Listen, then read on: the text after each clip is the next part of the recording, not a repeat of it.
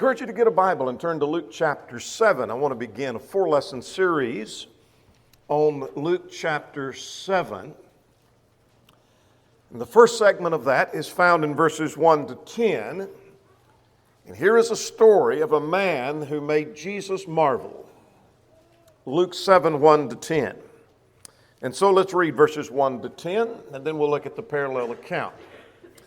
Luke 7, beginning at verse 1. Now when he had concluded all his sayings, in the hearing of the people, he entered Capernaum. And a certain centurion's servant, who was dear to him, was sick and ready to die. And so when he heard about Jesus, he sent elders of the Jews to him, pleading with him to come and heal his servant. And when they came to Jesus, they begged him earnestly, saying that the one for whom he should do this was deserving. For he loves our nation and has built us a synagogue. Then Jesus went with them, and when he was already not far from the house, the centurion sent friends to him, saying to him, Lord, do not trouble yourself, for I am not worthy that you should enter under my roof. Therefore I did not even think myself worthy to come to you, but say the word, and my servant will be healed. For I am also a man placed under authority, having soldiers under me.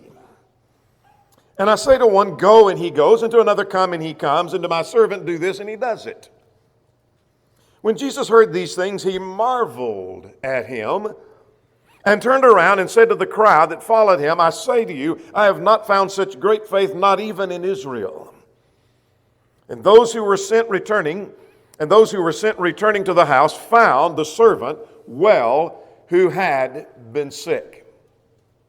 Now that's Luke's account. Put a marker or a finger there. And I want to take time to read Matthew's account, because Matthew's account does enhance our understanding, because there's some things found in Matthew's account not found over in Luke's account. Mark doesn't say a thing about this, nor does John, but Matthew does. So let's read Matthew chapter 8, beginning at verse 5.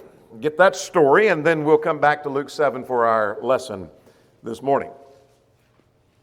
Beginning at verse 5 of Matthew chapter 8, when Jesus had entered Capernaum, a centurion came to him, pleading with him, saying, Lord, my servant is lying at home paralyzed, dreadfully tormented. Just a brief comment that it's interesting that Luke, who is the physician, who normally focuses on details about medical things, doesn't mention the details of the medical condition, but Matthew does. It's just an interesting point. I don't know what we do with it. It's just an interesting point. But Matthew says the problem was he was paralyzed, dreadfully tormented. And Jesus said to him, I will come and heal him. And the centurion answered and said, Lord, I am not worthy that you should come under my roof, but only speak a word and my servant will be healed. I also am a man under authority, having soldiers under me. For I say to one, go, and he goes, and to another, come, and he comes, and to my servant, do this, and he does it. And when Jesus heard this, he marveled. And he said to those who followed him, assuredly I say to you, I have not found such great faith, not even in Israel. Now then, verse 11 and 12 is added information to what we find over in Luke. And the text says at verse 11, and I say to you that many will come from the east and west and sit down with Abraham, Isaac, and Jacob in the kingdom of heaven. That's a reference to the Gentiles coming in. But the sons of the kingdom, this is the Jews to whom the kingdom was promised, will be cast into outer darkness, and there will be weeping and gnashing of teeth. Then Jesus said to the centurion, go your way, as you have believed, let it be done for you. And his servant was healed at that same hour. Now let's go back to Luke 7, and I want you to notice with me at verse 9. As Jesus is dealing with this man, and he talks with this man, the text says he marveled at him. Look at verse 9, and you might underline it, verse 9. Luke 7 and verse 9, when Jesus heard these things, he marveled at him. It's an interesting word. Luke 7 talks about Jesus marveled at the centurion's belief. The centurion was a Gentile. And Jesus is marveling at his faith.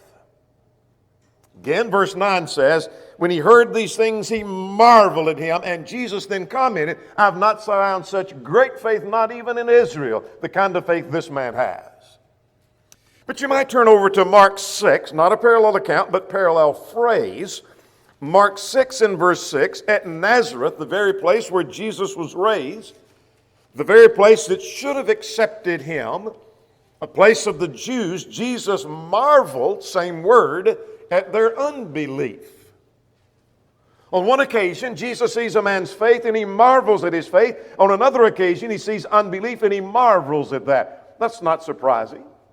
We often see someone who has great knowledge and we marvel at their great knowledge, and then there are others we marvel that they know so little.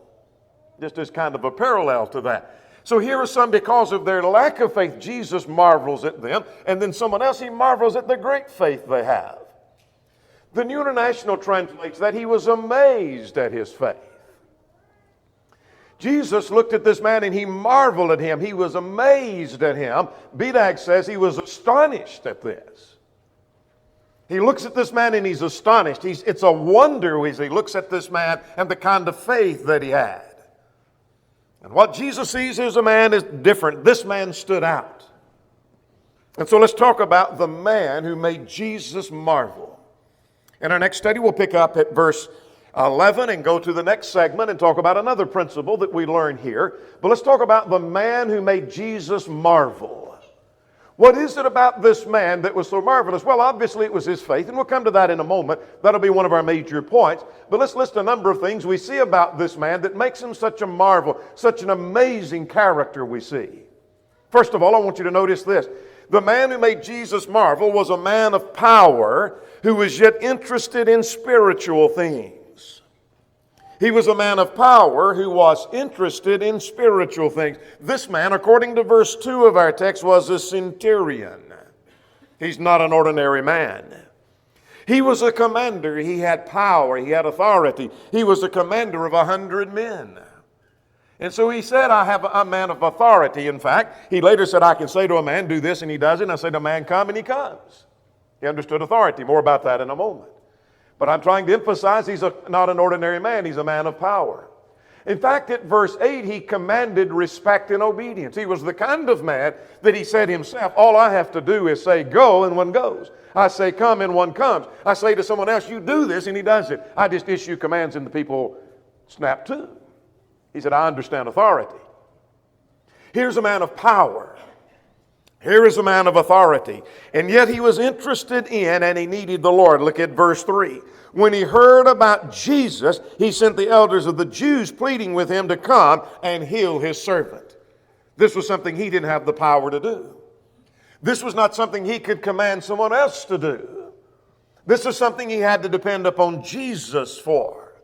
It is not often that men of power are interested in the Lord. Now, there are some. But you think of people of high rank, whether it be in the military, whether it be in political realm, or leading our country, whether it's leading our state or leading our city. It's not many people who rise to positions of great power or some position of great power that are interested in spiritual things. In fact, the opposite has been true. There have been some who are interested in spiritual things, they rise in power, and they lose their interest in spiritual things. That's happened time and again. It is most impressive to see someone who fears God in spite of their success. Here is a commander, a centurion, and he has an interest in spiritual things. All too often, worldly things would lead us astray. It might be power for one. It might be fame for another. It might be money. How many people have you known that didn't have money and they were interested in spiritual things, and when they finally rise to the point they have substantial money, they lose interest in spiritual things? Same thing with fame. There have been people to go into professional sports, go into politics, go into Hollywood, who one time were faithful Christians, who when they get to that point that they're now famous and they have some influence and they have some notoriety, they've lost all interest in spiritual things. Let's open our Bibles to Luke the 8th chapter. Go to the next chapter over and notice in verse 14.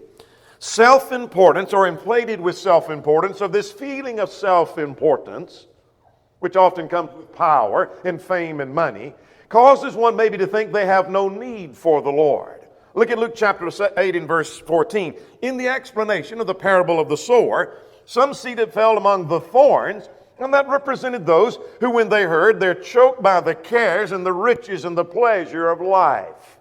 That is, the things of this world choke out their interest in spiritual things. Now, we saw the same thing in Deuteronomy chapter 6. Here's something else about this man that would make him a marvel. You're astonished at him. He's a wonder to look at. And that is, here's this man who cared about others.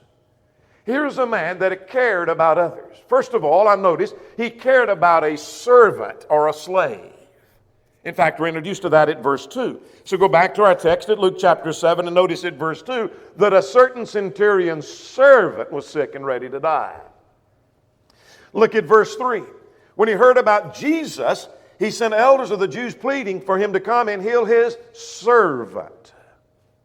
You see, he cares about this servant. He cares about this slave. He is not talking about one that was the superior who might promote him. He's not saying, the one that's above me in rank is sick and needs to be healed, and if I could get Jesus to take care of him, maybe he'll promote me to have more power and more fame. That's not who he is talking about. He wasn't concerned about someone who could promote him somehow. It's not somebody that was family or someone that was close and very dear to him. It was someone who was a servant or a slave. He said, I have a servant, I have a slave, and he's about ready to die. He's close to death, and I need you to come. Notice a slave, according to Roman law, was a living tool. That's how the Romans, I'm not saying that was the proper view, but that's how many of the Romans viewed a slave or a servant. He's a tool is all he is. This living tool is one that I'm concerned about. He apparently didn't view him the same way. But look at verse 5. He not only cared about the servant or the slave, he cared about the Jews. Now keep in mind, he's a centurion. He's a Roman centurion, which means he's a Gentile. But he cared about the Jews. Look at verse 5. He called for the elders of the Jews, verse 3, to go and to plead with Jesus. And I want you to notice at verse 5, they said he loves our nation and has built us a synagogue. Well, let's first of all be reminded of the Jew-Gentile relationship. It was generally one of hatred and one of being in enmity with each other. We see that in John chapter 4, where the Samaritan woman was surprised that Jesus would have anything to do with her. Because Jews and Gentiles just don't get along too well, and viewed as enemies one with the other. So that's generally how the Jews and Gentiles are related, and yet he loved the nation of the Jews, verse 4. They said, this Gentile, these are Jews speaking now, these are elders among the Jews. They go to Jesus and said, this man, the centurion we're talking about, loves our nation. He loves the Jewish nation. He cares about us. See how much he cares about us. He built for us, verse 5, a synagogue. He saw that we had our synagogue built. It was through him, through his work, through his instrumentality, through his command, through his influence. We now have a synagogue. He built that for us. That's how much he cares for us. He cares about people of the other nationality.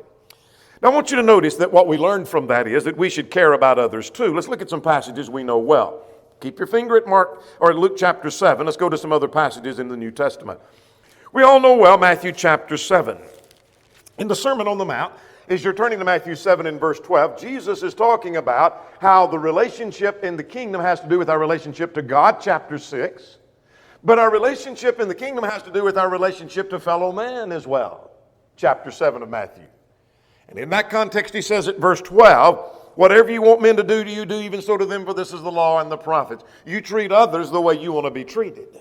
You know the rule well. Care about other people. Apparently, this centurion understood that principle. He cared about the Jews like he'd want the Jews to care for him. He cared about the servant like he would want the servant to care for him. But furthermore, let's go to Romans 12 and in verse 15. There's not a chapter in all of the Bible that says more about relationships than Romans chapter 12, unless it be Matthew 18 perhaps. But Romans 12 says a great deal about relationships. Our relationship to God, our relationship to fellow Christians, our relationship to the world, our relationship even to our enemies. Look at verse 15. This shows you care about people. Romans chapter 12 and in verse 15. Rejoice with those that rejoice and weep with those who weep. So here's someone who's rejoicing, rejoice with them. That shows you care. Here's someone who's weeping, weep with them. Show them you're concerned and that you care. That's the point. Let's go to another passage in Philippians 2 and in verse 4. In a context of some friction going on in the church at Philippi, What all was involved, I don't know, but I know you audience in Ticky were at odds. I'm not sure what all that was about, but there was some friction going on between these two women, perhaps even more. And one of the things about unity that we learn at verse 4, look not each one upon his own things or his own interest, but also upon the interest of others. In other words, don't just think about yourself. Don't just think how this impacts you. Don't just think how it benefits you. Think about the other person. Care about someone else. Here was a man that made Jesus marvel. I want to suggest to you he was a man who cared about others. We're to even care for those that are unworthy. And we learn that right here in this text in Luke chapter 7. From the vantage point of the centurion looking at the servant, he may be viewed as one that is unworthy of his love and concern. So while we're in Romans 12, if you've left that, you may have gone to Philippians, go back to Romans 12 and look at verse 16.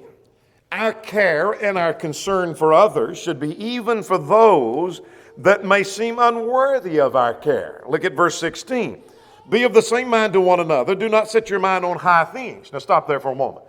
Don't set your mind on high things. Don't be arrogant or inflated in your view of yourself, but associate with the humble. I like the King James rendering, but condescend to men of low estate. In other words, rather than lift yourself up, bring yourself down to the level where you think they may be. They may not be as low as you think they are, but if you think they're down here below you, bring yourself down to their level. In other words, be caring and kind to those that you may think are unworthy of your care and concern. Look at now at verse 20. I said earlier, Romans chapter 12 deals with not only our relationship to fellow Christian and to the world, but even to our enemies. Look at verse 20 now with me. Look at verse 20. If your enemy hungers, what do? You feed him, shows you care. If he thirsts, you give him drink, that shows you care. For in so doing, you heap coals of fire upon his head. It's not that you're wanting to do injury to him, but if you can be kind to him, you melt him and you make a friend out of him, and no longer is he your enemy. I know that's what he's saying because verse 21, do not be overcome by evil, but overcome evil with good. Let's go back to Luke 7 now. What do you know about this man who made Jesus marvel? He's a man who made Jesus marvel, but one of the things that's a marvel was he earned the respect of his neighbors. He earned the respect of his neighbors. His neighbors had watched and they had learned. He was not a Jew. He was a Gentile. But they would watch him closely. They learned to trust him. There was a friendly relationship with this centurion. In fact, notice at verse 4 of our text. Two things I notice here. They said he's worthy. Look at verse 4. These elders of the Jews come pleading with Jesus, and they came to Jesus saying that the one for whom you should do this was worthy. Now this is a Jew talking about a Gentile. This is a Jew talking about a centurion. And they had watched him and they understood him and they recognized we can trust him. He is a man that's worthy. Even though he's a Gentile, and Jews and Gentiles don't generally get along, we think this man is a worthy man. And furthermore, notice at verse 4, they were willing to do this errand for him. He didn't ask one of his servants to go and run the errand to Jesus. He could have said, go talk to Jesus. They'd have gone. He had that kind of authority. But he made a request to the elders of the Jews. Y'all go tell Jesus. And they were willing to run this errand for him. And so he'd earned the respect of his neighbors. Here's what I'm learning from that. We ought to live in such a manner that we have good report among those that know us. It may be our neighbors. It may be our friends. It may be our coworkers. It may be family members. We learned that from 1 Timothy 3 with reference to elders. In fact, one of the qualifications is they need to have a good report with those that are without.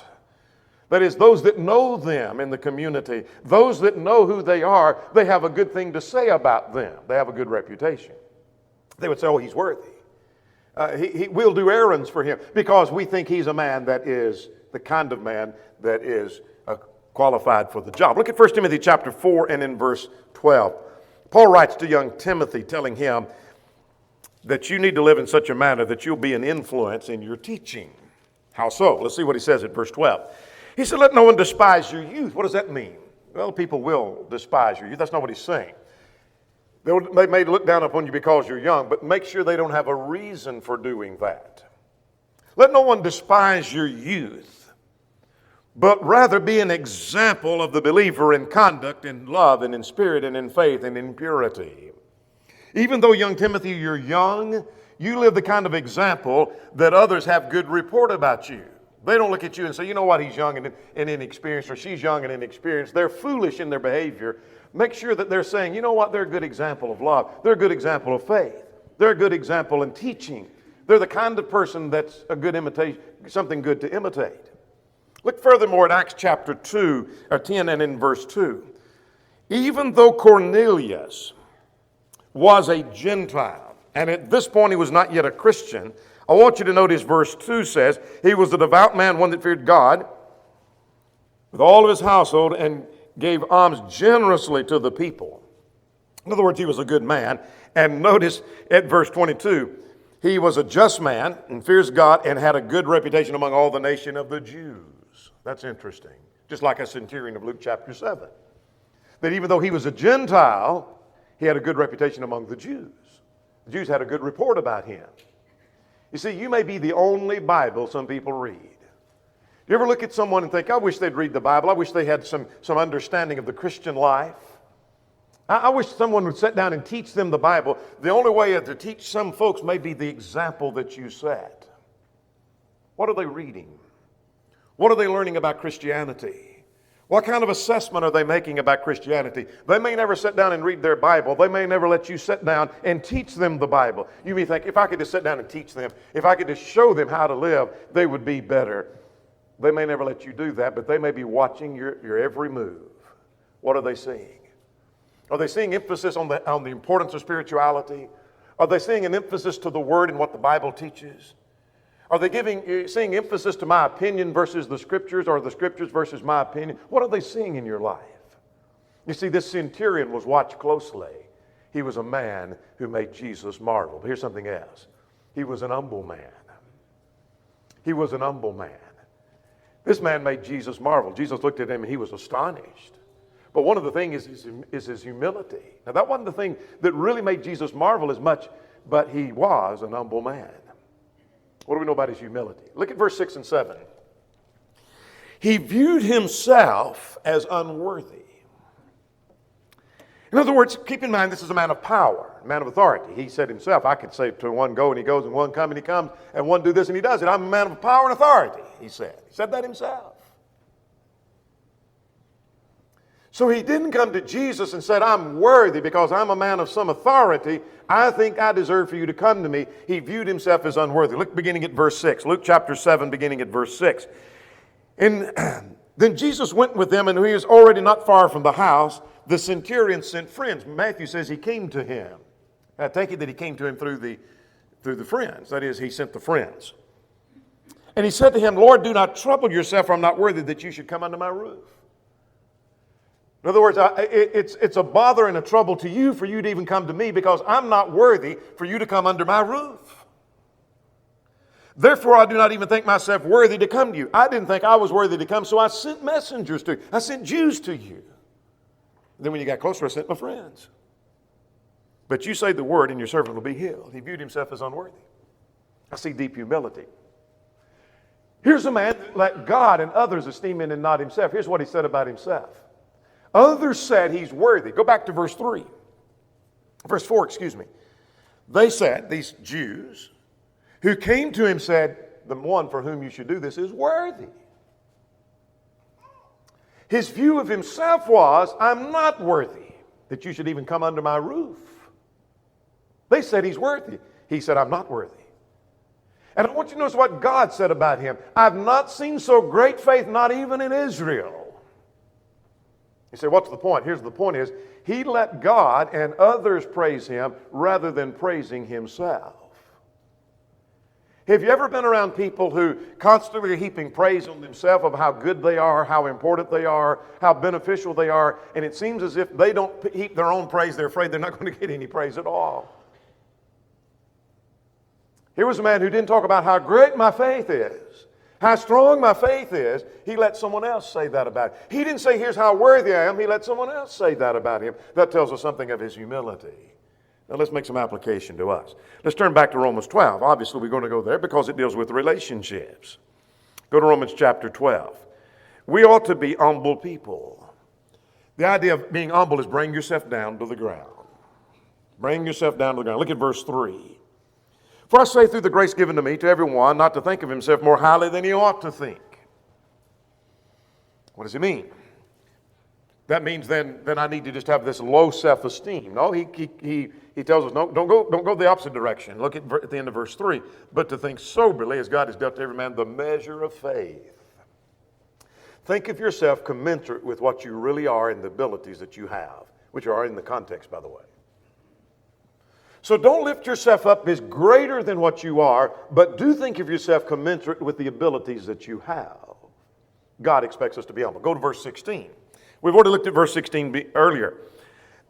Be of the same mind to one another. Do not set your mind on high things, but associate with the humble. Do not be wise in your own opinion. Don't lift yourself up above others. Let's go to another passage that will give us a dose of humility. Go to 1 Peter chapter 5, verses 5 and 6. 1 Peter chapter 5, verses 5 and 6. And notice at verse 5, likewise you younger people, submit yourselves to your elders. All of you be submissive to one to another, and be clothed with humility. Interesting. Don't just have a hint of humility. Don't just have a trace of humility. Don't just have an occasion of humility, but be clothed, completely covered with humility. Because God resists the proud, but gives grace to the humble. Therefore, humble yourselves under the mighty hand of God, that he may exalt you in due time. Let's notice another text, Proverbs 27 and in verse 2. This well fits our man in Luke chapter 7. Let another man praise you, not your own mouth, and a stranger, not your own lips. Let someone else, if you are worthy, let someone else tell people you're worthy. If you have great faith, let someone else exclaim you have great faith. That's what this man did. He said, I'm not worthy that you should come under my roof. It's impressive to see humility in spite of power and authority and education and money. When you see someone who has great amount of money and yet they're very humble, or you see someone with great education and yet they're humble, or they have great power and yet they're humble, they indeed are a marvel. Here's something else about this man. This is really what Jesus was focusing on when he said, the text says he marveled at him. And that is, he was a man that had great faith. His faith was great. Now let's see about his faith beginning at verse 3. He believed in the Lord that the Lord could heal. So here was his faith. It wasn't that I think maybe you could do something, or at least, Jesus, you could find somebody who could do something. I need help, and I don't know where to turn, but could you help me find help? That's not what he said. He knew Jesus could heal him. Look at Luke 7 and verse 3. When he heard about Jesus, he sent the elders of the Jews to him, pleading with him to come and heal his servant. So here's the kind of faith he had. Jesus, I know you can heal my servant, but I want to go a step further. I want you to notice that later he said, I'm not worthy that you should come under my roof. Now verse 7, but say the word and your servant would be healed. He recognized Jesus not only had the power to heal, but Jesus had power over distance. In other words, you don't even need to come under my roof. The servant is over here. You don't even need to come in and see him. All I know is you need to say the word and it's going to happen. He believed Jesus could heal. That's real faith. That's strong faith. Notice this. We're still talking about his faith. He believed the Lord was greater and the Lord was worthy. He didn't think Jesus wasn't equal to him. And I know you've got powers that I don't have, but we're equals. And you come to, but listen to what it says at verse 6. I am not worthy. He said, Lord, do not trouble yourself. I'm at the middle of verse 6. Do not trouble yourself, for I'm not worthy that you should come under my roof. Then he adds at verse 7, therefore I did not even think myself worthy to come to you. So just say the word. I wasn't worthy to come out to you. I sent messengers and then I sent my friends to you, and I'm not even worthy to come and meet you, and I'm none worthy for you to even come under my roof. You're far greater than I am. You're far greater than any being I've been around. Notice now at verse 9. Here's the declaration of Jesus himself. He said, I have not seen so great faith, no, not even in Israel. That was the matter that made Jesus marvel. He was amazed. He was astonished. This is a wonder to see a centurion, a Gentile, with this degree of faith. Here's what I'm learning from that our faith needs to grow and increase and be stronger. Paul was concerned about the Thessalonians. He left them in a cloud of persecution, you remember. But he was rejoicing that their faith groweth exceedingly. That's interesting. Not only was their faith growing, it wasn't just growing gradually, it was growing exceedingly. Is your faith growing exceedingly? Do you have faith? You say, well, yeah, I've got faith. Is your faith growing? You say, well, yeah, it's growing. But is it growing exceedingly? Is it growing at a rapid rate? Is it impressive? Look at 2 Peter 3 and verse 18. But grow in the grace and in the knowledge of the Lord. Not only growing in knowledge, more knowledgeable of the Word, but grow more pleasing and acceptable unto God. Growing in your relationship as well as in your knowledge. Are you just growing in knowledge, or are you growing in your relationship to God? Let's turn to Colossians chapter 1 and in verse 9. This was Paul's prayer for the Colossians. I'm just trying to get before you from all three of these passages a flavor of what God's desire is for the child of God is to grow and to mature, have strong faith. Look at verse 9. This is Paul's prayer for the Colossians. For this reason also, since the day we heard it, did not cease to pray for you and to ask that you be filled with the knowledge of His will. All right, here's part of this growing. Here's part of this increasing in faith. That you be filled with the knowledge of His will and all wisdom and spiritual understanding. That's even different. Are you filled with the knowledge of His will? And then are you adding wisdom and spiritual understanding? Now verse 10, that you may walk worthy of the Lord, fully pleasing Him, not partially, fully pleasing Him, being fruitful in every good work, increasing in the knowledge of God. And you say, well, so far so good. I think I'm increasing in the knowledge of God. I'm growing. What about verse 11? Strengthened with all might according to the glorious power for all patience and long suffering with joy. Do you see all the descriptions of a stronger faith? What is it that made Jesus marvel? Here was a man who had strong faith. Here's a question to ponder. Would the Lord marvel at your faith?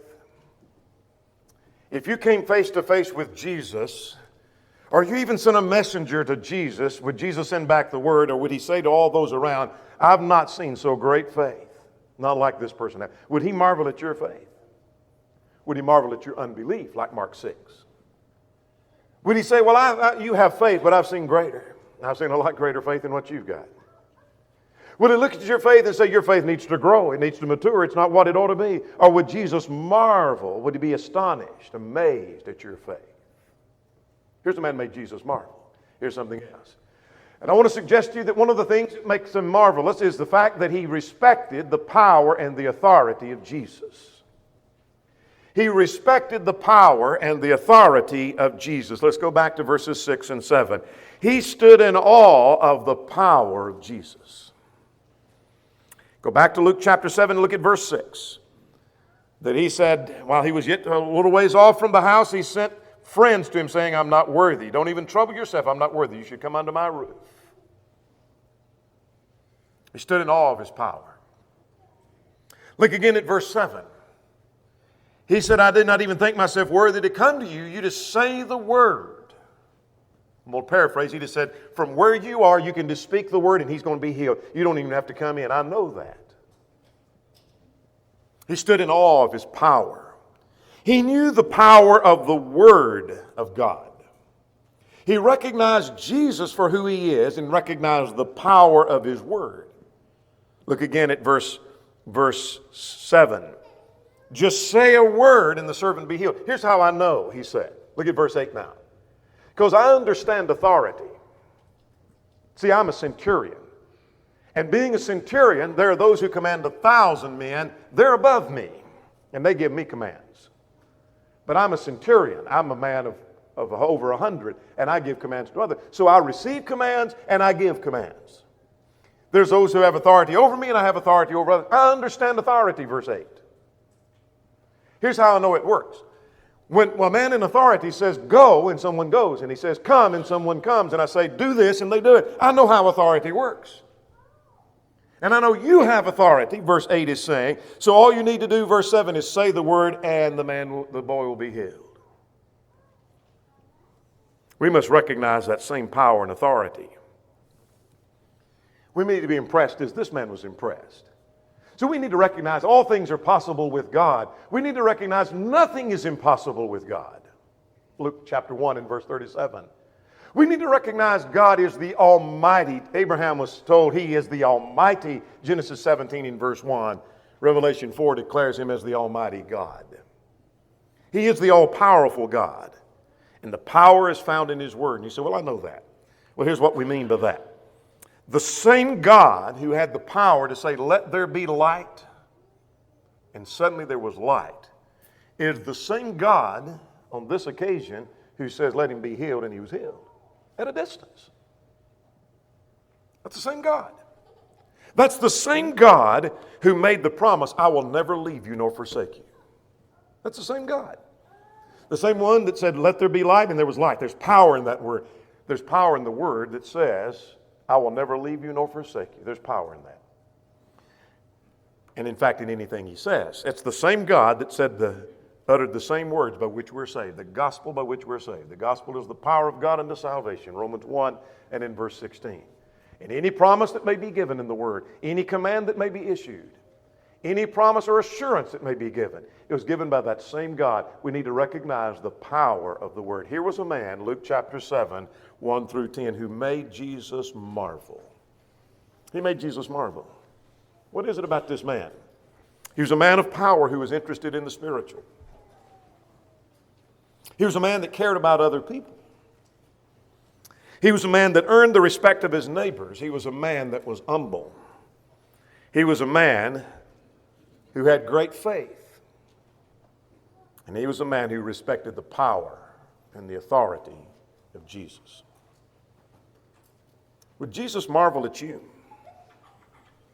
Would He marvel at your faith? Would He marvel at what you're doing with your life? If you're not a Christian, you're not a child of God, would you become one this morning?